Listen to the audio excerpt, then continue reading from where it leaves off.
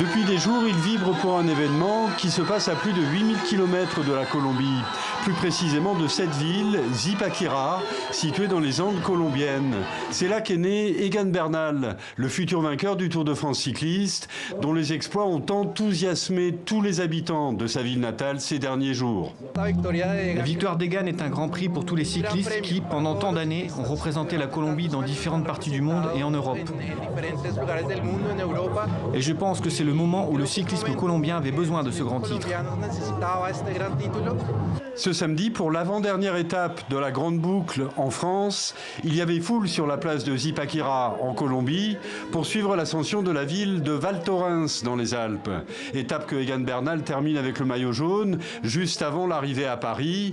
Mais déjà à Zipaquirá, une pluie de confettis a salué celui qui pourrait être à 22 ans le plus jeune vainqueur du Tour de France ce dimanche sur les Champs-Élysées.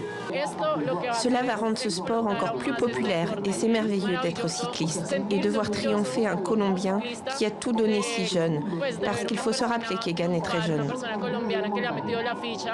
Egan Bernal qui devance le tenant du titre, vainqueur du Tour en 2018, son coéquipier britannique Geraint Thomas.